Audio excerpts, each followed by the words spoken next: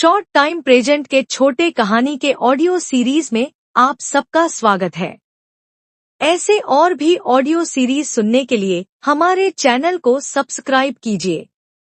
आज के कहानी का नाम मेरी सबसे बड़ी हार है। नाम है मेरा रमेश शर्मा। उम्र 38 साल। लोग मुझे एक सक्सेसफुल बिजनेसमैन के तौर पर जानते हैं। मीडिया वाले कहते हैं बिजनेस वर्ल्ड का चमत्कार। पर क्या आप जानते हैं, एक समय ऐसा भी था जब मैं आईने में अपनी शक्ल देखने से डरता था, क्योंकि जो इंसान बाहर से चमकता था वो अंदर से खोखला हो चुका था। आज मैं आपको अपनी सबसे बड़ी हार की कहानी सुनाने जा रहा हूं। एक ऐसी हार जिसने मुझे तोड़ दिया, लेकिन उसी ने मुझे जोड़ा भी, क्योंकि हर हार के पीछे एक सबक छिपा होता है, और अगर आपने वो सीख लिया तो वही हार आपकी सबसे बड़ी जीत बन सकती है। मैं उत्तर प्रदेश के एक छोटे से कस्बे में पैदा हुआ। पिताजी पोस्टमास्टर थे और माँ घर संभालती थीं। घर में पैसे नहीं थे, लेकिन इज्जत की कोई कमी नहीं थी।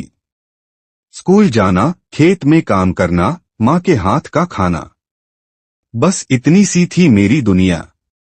लेकिन सपने, वो किसी अमीर के बेटे से कम नहीं थे। मैं हमेशा सोचता, एक दिन दिल्ली जाऊंगा, कुछ बड़ा करूंगा। पढ़ाई में अच्छा था और टीचर अक्सर कहते ये लड़का एक दिन बहुत आगे जाएगा। और वो दिन आया भी। मैंने दिल्ली यूनिवर्सिटी में स्कॉलरशिप से दाखिला पाया। मेरे लिए ये एक नए सफर की शुरुआत थी, एक नई दुनिया की दहलीज। दिल्ली में कॉलेज के दिनों में मैंने अपने जैसे कुछ और दीवानों से दोस्ती की। हम सब कुछ अलग करना चाहते थे, नौकरी नहीं, अपना काम। कॉलेज खत्म होते ही मैंने और मेरे दोस्तों ने मिलकर एक ऐप बनाई, एड्यूलिंक। बच्चों को ऑनलाइन एजुकेशन देने वाला एक छोटा सा प्लेटफॉर्म। रात रात भर जागकर कोडिंग करना, कैफे में बैठकर मीटिंग करना। हमारे पास पैसे नहीं थे, लेकिन जुनून बहुत था। और जब पहला क्लाइंट मिला, वो खुशी मैं बयां नहीं कर सकता। कहते हैं ना, पहली कमाई का स्वाद कुछ और ही होता है। वहीं से शुरुआत हुई, और फिर एक के बाद एक सफलता हमारे दरवाजे पर दस्तक देने लगी। 3 साल में हमारी कंपनी करोड़ों में खेलने लगी थी। इन्वेस्टर्स की लाइन, मीडिया का ध्यान और सोशल मीडिया पर फॉलोअर्स। मैं स्टार्टअप स्टार बन चुका था। पर शायद यहीं से गिरावट शुरू हो चुकी थी। मैंने अपने दोस्तों को पीछे छोड़ दिया, क्योंकि मुझे लगा मैं ही सब कुछ हूं। माता पिता का कॉल आता तो मैं बिजी होता। पुराने दोस्त मिलना चाहते तो मैं कहता भाई टाइम नहीं है। सच कहूं तो मुझे लगता था मैं भगवान बन चुका हूं। पर भगवान बनने की यही भूल मुझे इंसान बना गई। एक ही डील ने मेरी पूरी दुनिया पलट दी। हमने एक इंटरनेशनल फंड से डील की, जल्दबाजी में, बिना पूरी जांच के। और वो धोखा निकले। कंपनी के फंड ब्लॉक हो गए, टीम टूटने लगी, क्लाइंट चले गए। मीडिया ने वही किया जो वो सबसे अच्छा करते हैं। कल तक जो हीरो था, अब विलन बन चुका था। मुझ पर केस हुए, ऑफिस सील हो गया, मैं बर्बाद हो गया।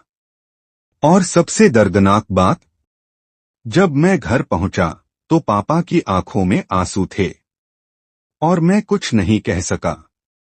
मैंने खुद को कमरे में बंद कर लिया। फोन बंद, दुनिया से रिश्ता खत्म। आईना देखा, पर उसमें जो चेहरा था, मैं उसे पहचान नहीं पा रहा था। क्या यही मैं था जिसने सब कुछ खो दिया? या वो इंसान जिसने कभी अपने माँ बाप से वादा किया था, आपको गर्व महसूस कराऊंगा? एक दिन माँ की चिट्ठी मिली। उसमें बस एक लाइन थी, बेटा, हार वही मानता है जो खुद को भूल जाता है। उसी दिन मैंने फैसला किया, अब फिर से जीना है, पर इस बार सच्चाई के साथ। मैं गांव लौट गया, जहां से सब शुरू हुआ था। वहीं के सरकारी स्कूल में बच्चों को पढ़ाना शुरू किया। कोई पैसा नहीं, कोई शोहरत नहीं, बस बच्चों की मुस्कान थी। और आपको क्या बताऊं, वो खुशी जो कभी करोड़ों में भी नहीं मिली, अब हर दिन मिल रही थी। धीरे धीरे मैंने समाज के लिए काम करना शुरू किया। एजुकेशन फॉर ऑल नाम से एक एनजीओ खोला। अब काम था, उद्देश्य था, और सबसे बड़ी बात सुकून था। आज जब मैं पीछे मुड़कर देखता हूं, तो उस हार का शुक्रिया अदा करता हूं, क्योंकि अगर वो हार नहीं मिलती, तो शायद मैं कभी खुद से मिल ही नहीं पाता।